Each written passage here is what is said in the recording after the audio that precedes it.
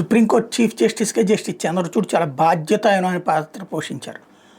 అవినీతికి పాల్పడలేదు, at the same time ఒక మంచి సంకేతం ఇచ్చారు. అంతకుముందు జడ్జీలు కొంత సంచలనాత్మకమైన తీర్పులు ఇచ్చిన వాళ్ళు ఆ తర్వాత యువతలకు రాగానే రాజ్యసభ సభ్యులు అవ్వడము, గవర్నర్లు అవ్వడము, ఇట్లాంటి పదవులు చేసుకొచ్చారు. అంటే బయట వాళ్ళకు ఒక అనుమానం కల్పించడానికి కారణమయ్యారు. ఇచ్చిన తీర్పులు చాలా genuine, no doubt.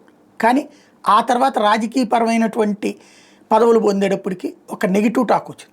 Supreme court justice Chandrachud ఆ విషయంలో అట్లాంటిది నేను చెయ్యనన్నారు, అలాగే ఆగిపోయారు. కాకపోతే ఆయన ఇంటిని ఖాళీ చేయకపోవడంతో దాని మీద నోటీసులు ఇవ్వడంతో పెద్ద చర్చకు వచ్చింది. ఓ రకంగా ఆయనకి హ్యూమిలియేషన్ అయింది.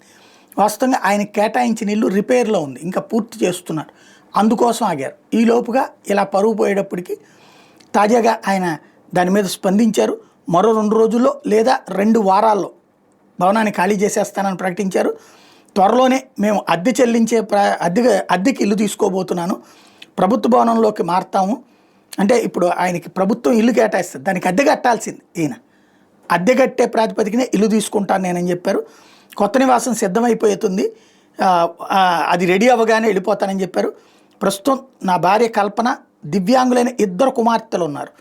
ప్రియాంక మహిళతో కలిసి ఢిల్లీలో నంబర్ 5 కృష్ణమేనన్ మార్గంలోని సుప్రీంకోర్టు ప్రధాన న్యాయమూర్తి అధికార నివాసంలో ఉంటున్నాను. మేము లగేజ్ అంతా ప్యాక్ చేసేసాం, కొంత లగేజ్ ఇప్పటికే కొత్త ఇంటికి తరలించేసాం, మరికొంత స్టోర్ రూమ్లో మిగిలిందని ఆయన చెప్పుకొచ్చారు.